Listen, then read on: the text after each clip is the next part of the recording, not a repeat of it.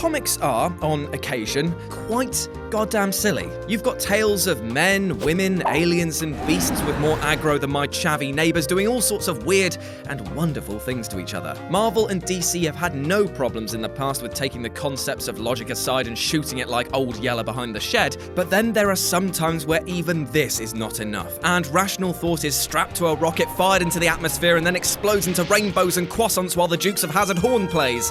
That's how little sense some of these decisions make. So let's start with Marvel and their descent into madness. With this in mind, I'm Jules from WhatCulture.com, and these are 10 times Marvel Comics lost their damn minds. Number 10. Ultimate Iron Man is a super smurf. Back in 2005, Orson Scott Card, sci-fi novelist and gay hater, wrote Ultimate Iron Man, which was done to create an origin story for this universe's Tony Stark. The character had already appeared in part of the Ultimates, and was established as being a billionaire alcoholic with a brain tumor trying to put what little time he has left to good use as a hero. This information is stuff that Card completely ignored. His version of Iron Man was a super genius because his entire body was made of brain tissue, which also somehow gave him superhuman healing, allowing him to regrow lost limbs and even survive getting shot in the head. His first air quotes armor was a special protective coating that turned his skin blue and could be washed off with soap. Number 9. Are you there, God? It's me, Spider-Man. After the first superhero civil war, Spider-Man was in a pretty bad place. The whole world knew his secret identity, and thanks to a botched attempt on his life, Aunt May was now dying in hospital from a gunshot wound. This led to the, and I'll put this lightly, controversial story One More Day, in which Spider-Man makes a deal with the demon Mephisto to erase his marriage to Mary Jane in exchange for the life of a 700-year-old woman who could barely survive a fucking breeze. But that's not the weirdest bit. In sensational Spider-Man number 40, Peter is pretty depressed. So who comes to cheer him up? Only bloody God himself! Yes, the actual possibly doesn't exist Lord and Saviour descends from heaven just to tell Spidey that he really needs to let go of all of his guilt and have faith that everything will be okay. Not only is this a weirdly jarring and out-of-place moment, but it makes the fact that Spider-Man then went on and made a deal with Marvel's version of Satan even more ridiculous. Number 8. The Punisher does blackface. Not exactly subtle, this one. During the early 90s, the Punisher found himself trapped in prison with his arch-enemy Jigsaw. Frank was able to escape, but not before Jigsaw sliced his face apart. Now on the run from the law and with a heavily scarred face, he decided to undergo plastic surgery to change his identity. However, not only was the surgeon he used a former doctor turned junkie prostitute, because why not throw everything at the character quirk wall, but she had also been experimenting in skin grafts using melanin. The upshot was the surgery turned the Punisher into an African American, or a guy with black skin but bright blue eyes and the facial structure of a white guy depending on the artist. He then went on to get pulled over by a bunch of racist cops and teamed up with Luke Cage in a story that made pretty much everyone feel uncomfortable. Thankfully, this plot twist only lasted for a few issues before Frank went black and then back. Number 7. Marvel, the comic written to win a bet. I did not care for this series, which acted effectively like an entire event based around inside jokes that were so rubbish that they had to have a guide at the beginning to explain why it was funny. That is not good joke telling, that is balls. Then 3 issues later, the plot changed completely and suddenly the series became about heroes traveling back in time to meet God, who then takes them on a guided tour of creation while the author tried to denounce evolution. Oh, it's fun stuff. And what did any of this have to do with the scantily clad models on every cover? Nothing. Nothing at all. Brilliant. Number 6. Captain America becomes a werewolf. Now, this is a combination of awesome and ridiculousness, as Captain America becomes less eagle lover and more frisbee chaser when Nightshade turns him into a werewolf. Because he's now part canine, it made sense for him to team up with Wolfsbane and hairy man's man, Wolverine, as they try to stop Shade and her master, totally not Fox McCloud's relative Starwolf. It's not a refined story by any means, but it's the dog's bollocks in terms of fun.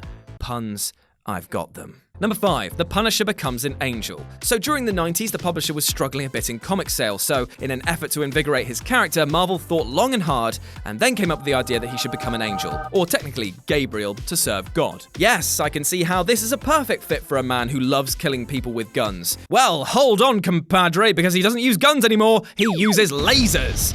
Oh boy. The plot also included some ludicrous gubbins about demons from hell secretly being behind the murder of Frank's family as part of a plot to get him to kill people for them. It was just dumb. Much like the events of the other entry, all this nonsense was quickly abandoned a couple of years later when a new writer, Garth Ennis, took over. Frank was back to being a human with lots of guns, and the only time the previous series was ever mentioned again was a quick one-line explaining that he quit the whole angel business.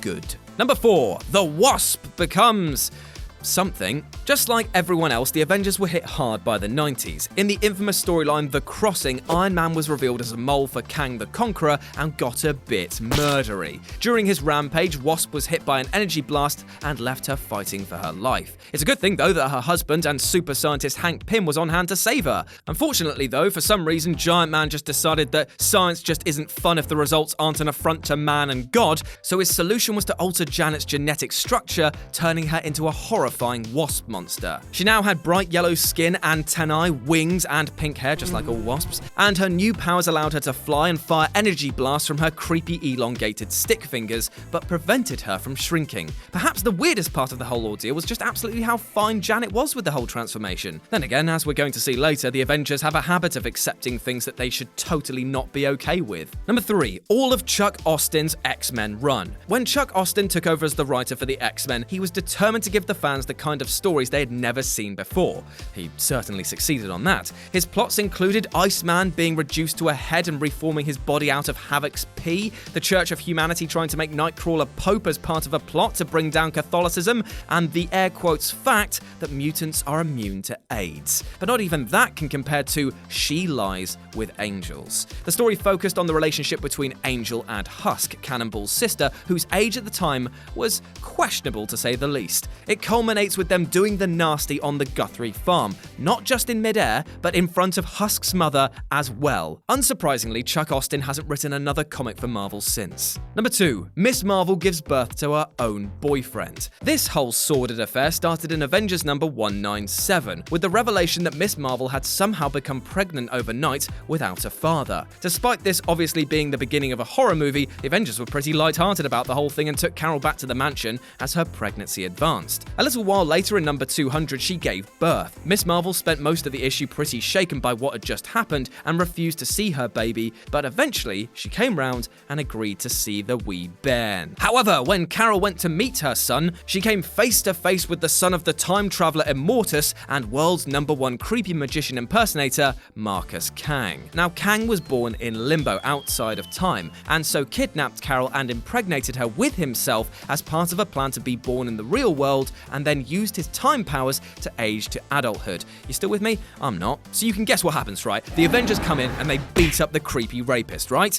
Nope. Carol decided that she was in love with the guy who sexually assaulted her, which turned out to be because Immortus's machines had the power to do that, and they just ran off together. The Avengers pretty much shrugged it off and hoped that she was happy. Miss Marvel would later reappear, and suffice to say, she was none too pleased with her teammates. And number 1, Billy Ray Cyrus's excellent adventure. If there's one thing you can take away from this list, it's that Marvel went pretty far off the deep end during the 90s. A lot of that was due to desperation. At the time, the comics industry was in decline, and Marvel was facing bankruptcy, so they were willing to try any gimmick that might sell. One such gimmick was the Marvel Music line, a series of comics that mostly focused on biographies of famous musicians, and that's how we ended up with a comic book starring Billy Ray Cyrus. This is a 48-page comic about a man whose only superpower is having an incredible mullet, palling around a Civil War fort with a group of Native Americans pretending to be ghosts and then fighting a bear. And that's just the first story. Our second tale sees Billy Ray travel back in time to Camelot, getting slapped by a knight, and then going on a quest to slay a dragon, which turns out to just be a hot spring. What? Marvel Music was not a huge success.